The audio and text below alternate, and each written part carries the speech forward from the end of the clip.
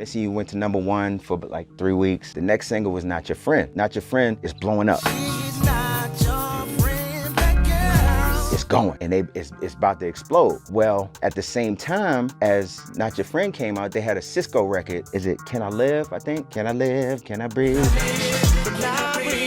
Now, I know this to be a fact because we would be at the radio stations and Def Jam was trying to get both of the records played. The program directors would be like, we love Not Your Friend, but we don't like that record. I mean, Cisco's my dude, but it wasn't a hit. Well, what happened was I found out that Def Jam had spent so much money, because remember, that's Cisco's second album. They spent so much money on Cisco's second album that the directive was given, drop everything and go make that Cisco record work. Everybody had their own vision for me. So the Spoiled Rotten side of it was like, yo, we need to make this record. We need to make songs like this. And then Def Jam is telling them we need to make this. I'm the last man on the totem pole and I'm a new artist. And so I couldn't really be an artist, quote unquote, because there's too much shit going on around me and they're in charge. They pulling the strings. Actually, I did cheat on Nicole with Mary. She found out because she wanted to come to the video shoot for Touch Me, Tease Me. And I'm like, yeah, you might not want to show up there. Talk about the irony. I was already suspicious of his relationship with Mary. You know, they were working together a lot. He always had stories about her. So it just seemed a little too close for comfort. And of course, you bet his fiancée, Nicole, was crushed when she found out. She felt heartbroken and betrayed. We were together for so long before the deal. It was so devastating for me, you know, because it wasn't what I imagined. It wasn't what I planned. It wasn't what we discussed. And since I was about 5 years old, and my mother's family was singers. So I started singing with Cameo, but I was first singing with them when they were called East Coast. I'm missing you, baby. Touch me happily ever after. Do I do? To everybody that living it up, we said, I'm missing you, baby. Well, one thing, I wouldn't say I learned, I already knew this, but it was reinforced for me to, no matter what you do, to stay true to who you are and stay true to what you do, because that's the only way to last. And if you don't last, at least you didn't go out pretending to be something. You didn't go out like a simp. What she said. And so I'm working on my demo, and she got Faith to write a song on my demo called Don't Be Afraid. From that, I got signed to Kenny Smooth's label, Spoiled Rotten. They took it to Russell Simmons, who was looking for R&B, a male R&B singer. And Russell heard the song, he loved it, and he signed me from it. And the crazy thing about that is, LL Cool J is the first artist that Russell Simmons signed to Def Jam. I'm the last artist that Russell signed to Def Jam personally. So they can't take that from me. Oh, you ever wondered what really went down with R&B's own Case? Like, how did he go from serenading us with smooth love jams, like Happily Ever After, to just, poof, disappearing? From this joint, to just straight up vanish from the scene like he got lost in the sauce or something? It was like, poof, where did that smooth R&B voice behind all them Billboard hits just disappear to? Well, baby, let's take a deep dive into the life of Case. From a near-fatal neck shot to some jaw-dropping infidelity drama with none other than Mary J. Blige. Trust me, you'll want to hang on for this one. But before we spill all the tea, let's rewind a bit. Case Woodard, or as we all know him, Case, was born on October 4th, 1975 in the Bronx, New York City. I decided a few years ago that I wasn't going to do music anymore. Well, looks like Case was just born into a house full of raw talent, huh? I mean, the man didn't have a choice but to shine. I was raised in Brooklyn. I moved to Mount Vernon when I was about 17. I just claimed New York because I was born in the Bronx, moved to Brooklyn when I was like 4 or 5, and then moved to Mount Vernon. So I'm from New York. From a young age, Case was practically swimming in music, and it didn't take long for him to realize, yup, it was in his blood. See, while his mama was holding down the fort at home, his pops was out there chasing his own dream of being a professional singer. Talk about a family with serious vocal ambition. My dad is a singer, so I don't ever remember not singing. We have a thing in our family when the babies are born, when they get to be about 2-3 weeks old, you hold them and sing to them, and usually the ones that try to sing back end up being able to sing. My son tried to sing back. My daughter looked at me like I was crazy. My other daughter tried to sing back, so it's kind of like a test that we had, but I never remember not singing. Now, Pops might not have hit the big time, but Case, oh, he was determined to take that torch and run with it. While other kids his age were playing with toys, Case was soaking up the game at just 2 years old, watching his pops rehearse like it was his own personal masterclass. Talk about starting early. And since I was about 5 years old, and my mother's family was singers. So I started singing with Cameo, but I was first singing with them when they were called East Coast. So, what happens when a kid grows up in a house where music is practically in the air? Oh, he makes it his whole vibe and starts chasing that artist dream, of course. For Case, that journey kicked off when he teamed up with a group called Future, ready to make his mark. I have rehearsal and I would be there from the time I was like 2, 3 years old. I was there the whole 8 hours. We did a show, and everybody started screaming and hollering, going crazy, pointing behind me. So I'm turning around to look, and it's him doing the steps with the group. Nobody thought I was paying attention, but apparently I was. And on top of that, he linked up with his boy Brian to form a duo called Black. Yeah, Case wasn't playing around. He was out here stacking up those musical moves. And I started talking to people. They was like, yo, so-and-so does music, so you can go over there and make a demo. I'm like, a demo? Okay, cool. So I started linking up with people, and I go to their house, and we make a demo. The first time I ever made a demo was with Kyle West. Kyle West and my man Exotic Dom, God bless his dad. He wrote a song for me called All Right. And I went to Kyle's house, and I made the song, and I was like, oh, I'm on.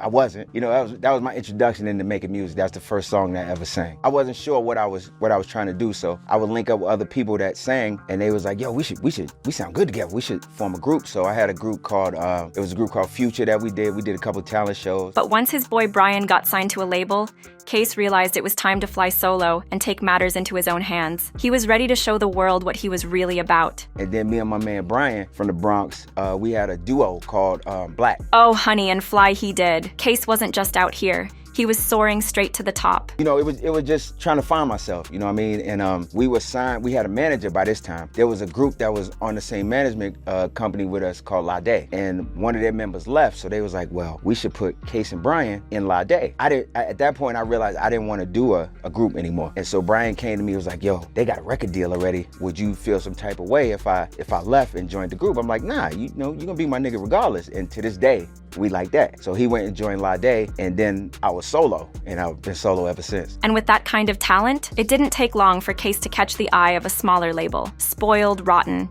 which eventually had him rubbing elbows with the big dogs over at Def Jam Records under the legendary Russell Simmons. Talk about leveling up.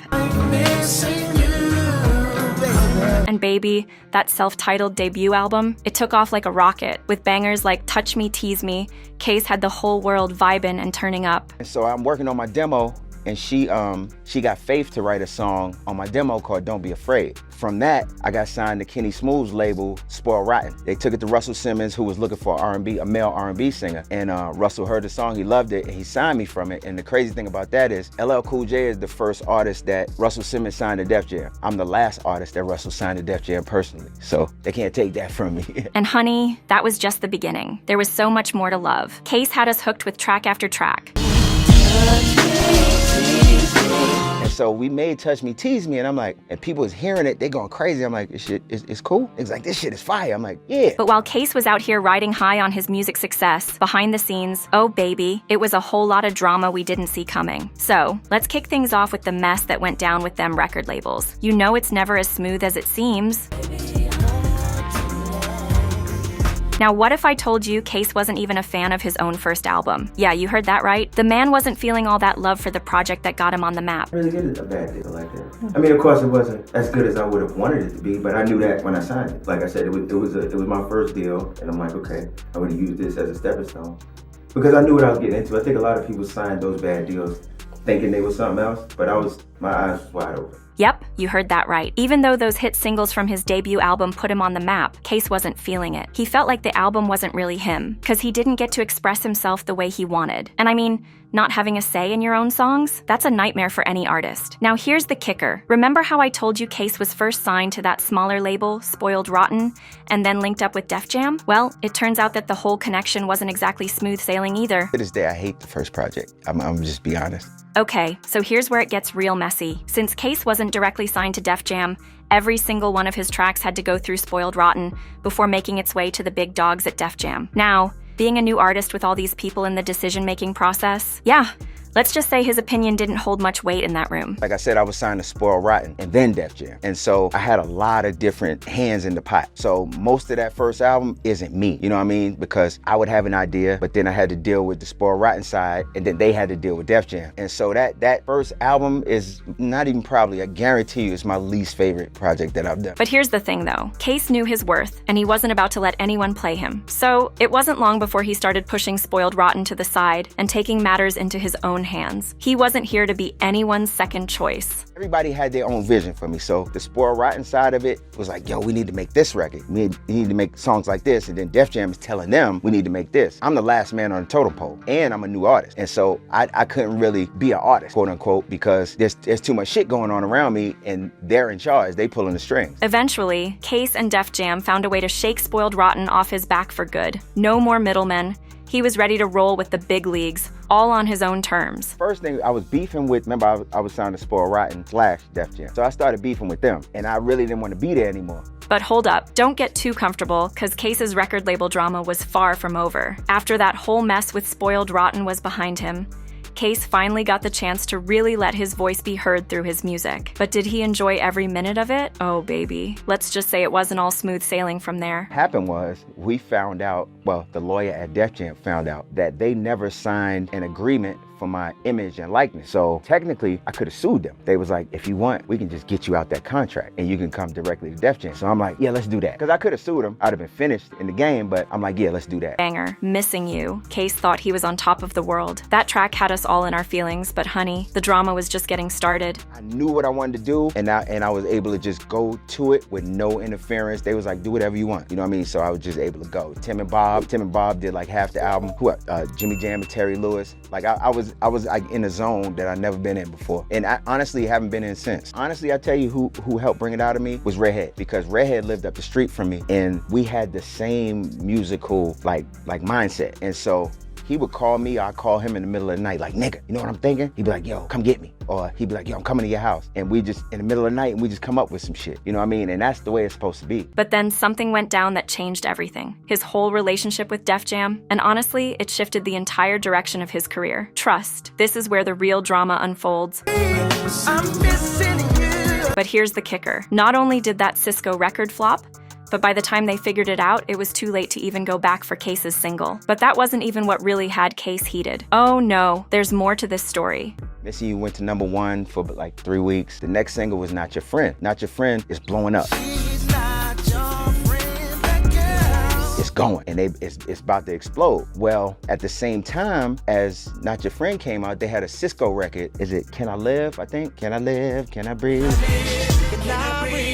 Now, I know this to be a fact because we would be at the radio stations, and Def Jam was trying to get both of the records played. The program directors would be like, we love Not Your Friend, but we don't like that record. I mean, Cisco's my dude, but it wasn't a hit. Well, what happened was I found out that Def Jam had spent so much money, because remember, that's Cisco's second album. They spent so much money on Cisco's second album that the directive was given, drop everything and go make that Cisco record work. After being promised that his next single, Conversate, was going to be the one to pop off, We in Miami, we have a meeting with, not gonna say his name, but he was a high-level executive at Def Jam. He was like, yeah, I f***ed up, apologize, I'm gonna make it up to you. We're gonna put out Conversate. Tell me, can we conversate? Which was another song that I did with Tim and Bob and Jazz from Drew Hill singing in the background. He's like, we're gonna put out Conversate. I got you, I f***ed up. I'm like, all right, cool. that Conversate would be the label's top focus. But boo, when it finally dropped, yep, you guessed it. Case was left right there waiting in the wings again, while they moved on to other things. Can you say disrespect? Don't think that we should wait. After all that drama with the record labels, baby, even a star like Case started losing his shine. It's hard to keep that glow when the industry keeps playing games with you. 2 months later, when it's time to put it out, the nigga swore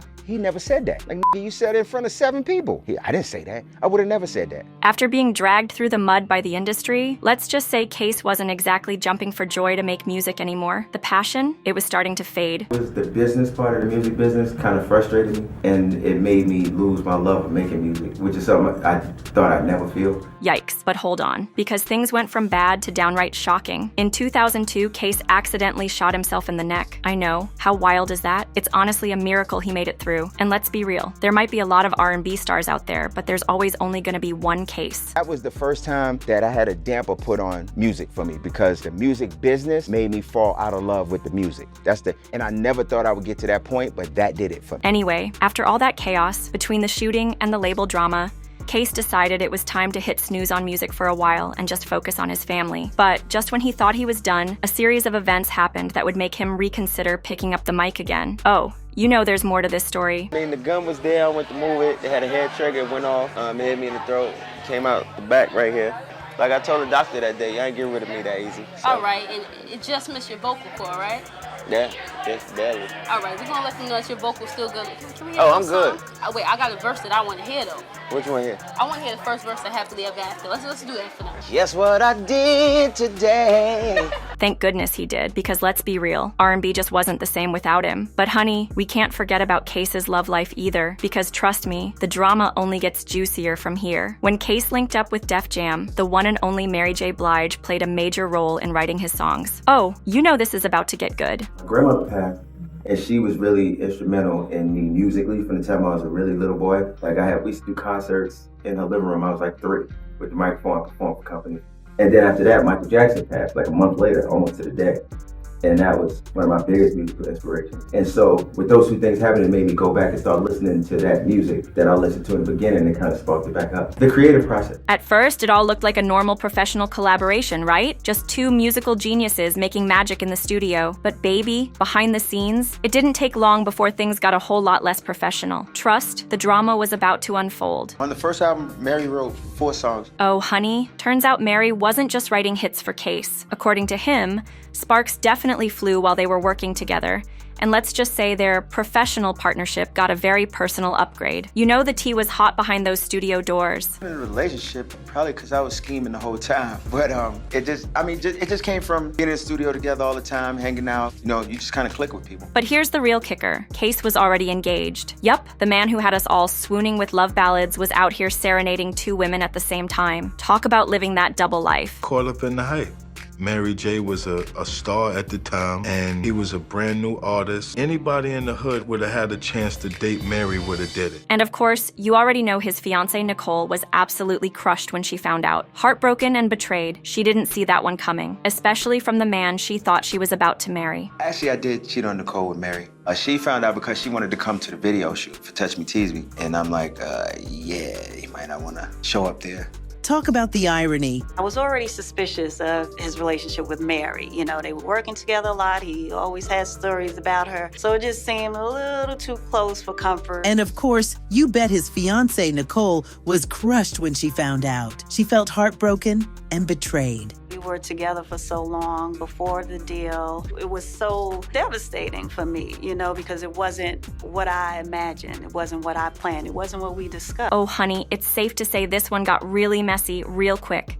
But let's switch gears for a minute and talk about something a little lighter. Case? He lost a whopping $10,000 to Joe. Yep, you heard me right, $10,000. Let's just say it wasn't his best investment. I know Joe hustled me when we was making Faded Pictures. To this day, he won't admit it. Okay. Because he said he never played CeeLo before. And I saw he had some money. So I was like, I'll teach you. You just trying to scam him and he got you? That's not the point. Yep, that really happened. So, while Case was out here working with Joe on their hit song Faded Pictures, Joe straight up hustled him out of a whole 10 grand, no questions asked. Talk about getting played. Teaching him how to play CeeLo, or he may not have known, but I swear to God, he beat me every point. And he took like $10,000. According to Case, they were playing the game cello, and I guess Joe didn't realize just how slick Case was with it. Case got so hooked, he just kept rolling, and it got so intense they had to stop him before he lost even more money. Talk about a wild gambling session. Put my watch up, they had to stop the game. They were like, stop! Because at some point, even a dog's ass gets some sunshine once in a while. Yeah. So I'm like, sooner or later, I gotta win one of these. It ain't happening. Well, I guess Case learned the hard way that sometimes the house doesn't win, but Joe sure did. So what's Case up to these days? After all the drama and chaos, the man is still out here making music in 2024. Yep, despite everything, Case is back in the studio, blessing us with a few new tracks, reminding us that his R&B magic, it's far from over. How many ladies in here want to be happily ever after? But it's not just about the music for Case anymore. These days, he's all about family, being the dad he always wanted to be, and making sure he's there for those precious milestones with his 2 kids, his beautiful daughter Sky, and his son. Family is clearly his top priority now. Case, I'm a husband, a father, I'm a lover. I used to be a fighter. I love music, I always love music. I love listening to music, I love making music, and I love to have a good time.